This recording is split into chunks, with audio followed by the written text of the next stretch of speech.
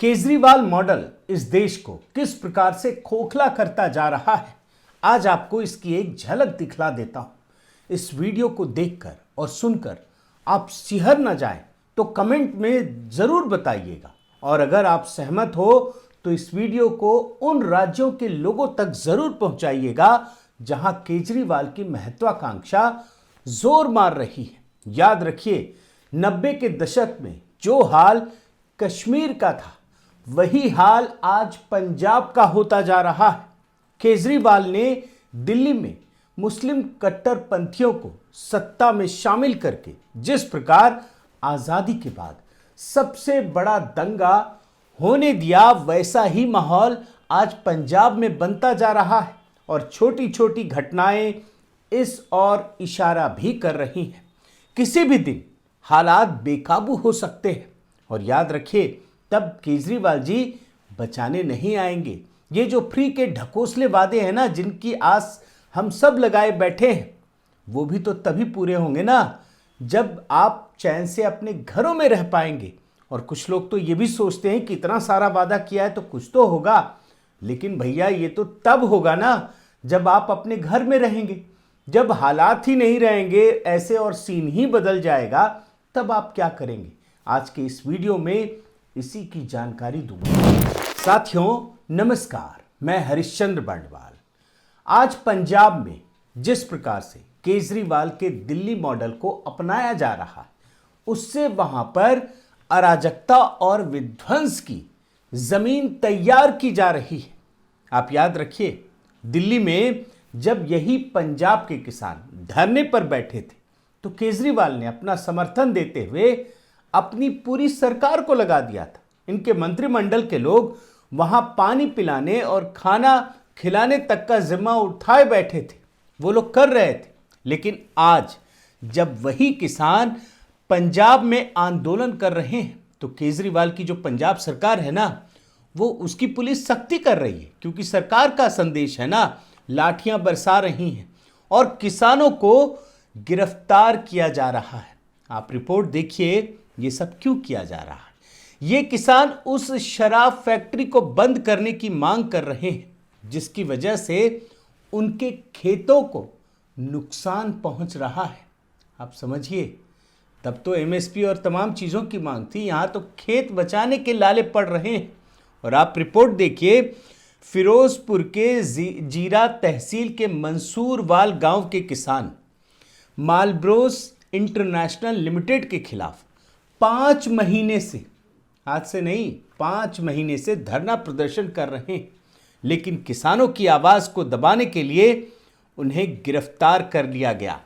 और याद रखिए, पंजाब के जो ये अन्नदाता है ना, वो सिर्फ अपने खेतों को बचाने के लिए ही केजरीवाल जी के खिलाफ धरना प्रदर्शन नहीं कर रहे हैं। ये जो केजरीवाल मॉडल है उसकी बात कह रहा हूं मैं, बल्कि केजरीवाल ने चुनाव से पहले जो वादे किए थे, उन वादों को पूरा करने के लिए भी उन्हें आंदोलन करना पड़ रहा है।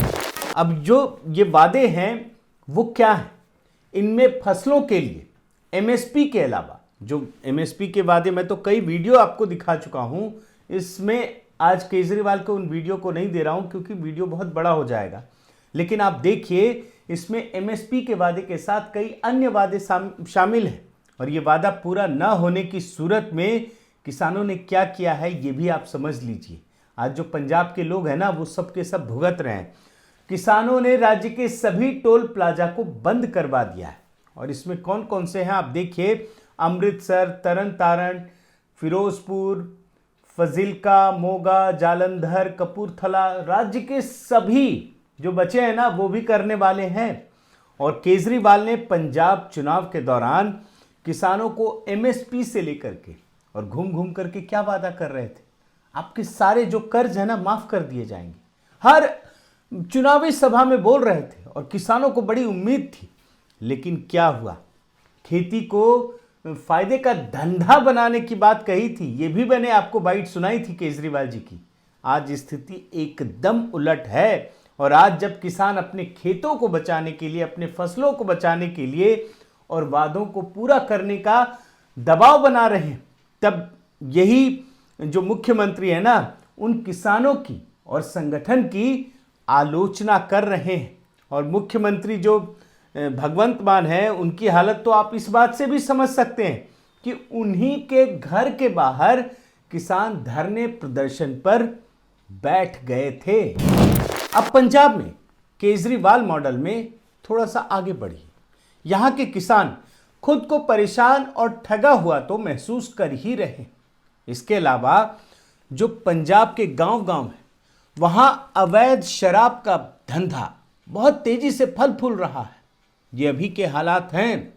और सरकार और पुलिस की मिली भगत से जो देशी शराब है वो युवाओं तक बड़ी आसानी से पहुंच रहा है। आप ये समझ लीजिए, इतनी खराब हालत होती जा रही है कि सुप्रीम कोर्ट ने भी परेशान होकर कह दिया है कि केजरीवाल सरकार युवाओं को बर्बाद कर रही है।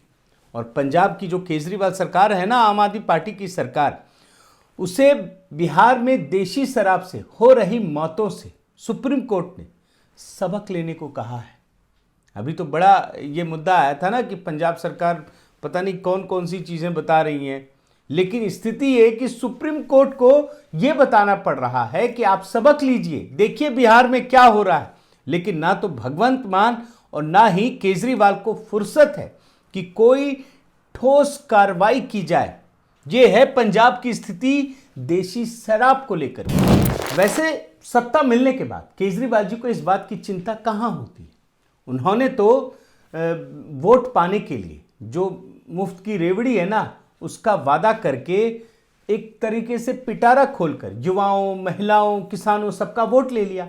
वहीं दूसरी तरफ उन्होंने एक धार्मिक ध्रुवीकरण का भी काम किया और जो अलगाववादी है ना, उसको बढ़ावा देकर के खालिस्तानियों से साठगांठ कर लिया, उन्हें संरक्षण देने का वादा किया।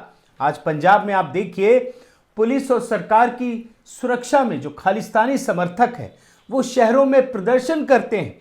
हाल ही में आप एक घटना देखिए, होशियारपुर में खालिस्तानी समर्थकों ने पुलिस की सुरक्षा में रैली निकाली। अब ये आपके लिए खबर हो सकती है, लेकिन कितनी गंभीरता है इसमें छिपी हुई और कितनी बड़ी खबर है, इस बात को महसूस कीजिए। और कुछ दिन पहले पटियाला में निकली ऐसी ही रैली, और इसके विरोध में भी एक रैली निकली थी बाद में, तो वहां पर भिड़ंत हो गई और स्थिति ये रही कि कई दिनों तक शहर का माहौल तनावग्रस्त हो गया और कर्फ्यू लगाना पड़ा। और इन रैलियों में जिस तरह के नारे लगाए जा रहे हैं ना, वो हैरान करने वाले हैं। लेकिन शायद केजरीवाल सरकार और भगवंत मान सरकार को इससे फर्क नहीं पड़ता है, उन्हें इस बात की कोई चिंता नहीं है। मैं इन जो नारे हैं इनको दिखा नहीं सकता, आप सिर्फ फोटो आप देख लीजिए, समझ जाइए।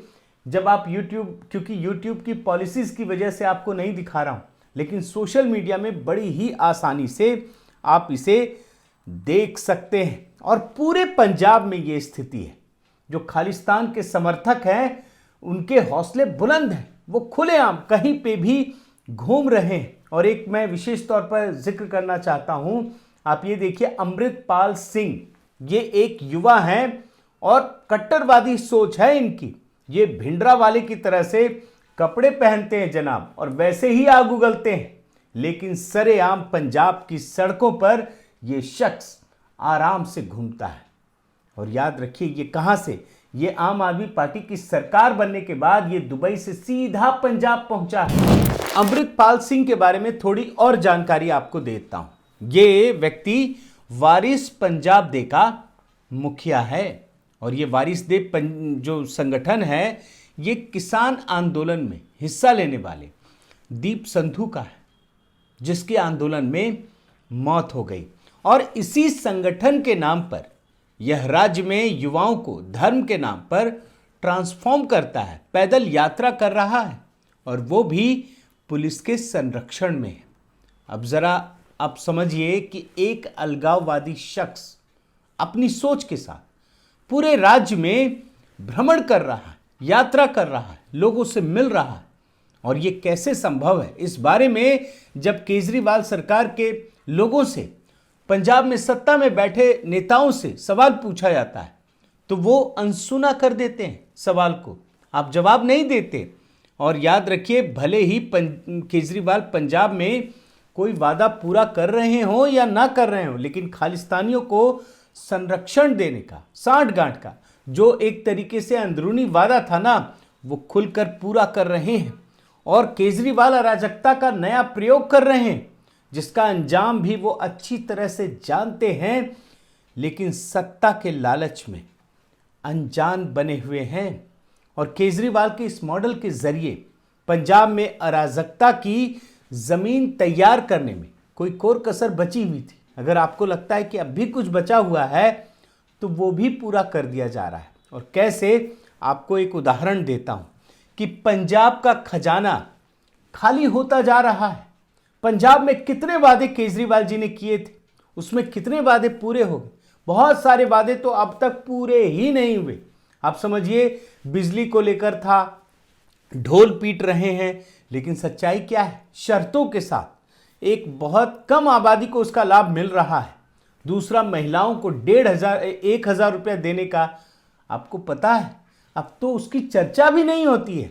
किसानों को लेकर जितने वादे किए वो भी नहीं, लेकिन इसके बाद भी बिना कोई वादा पूरा किए 9 महीने के अंदर पंजाब सरकार 30,000 करोड़ रुपए का कर्ज ले चुकी है।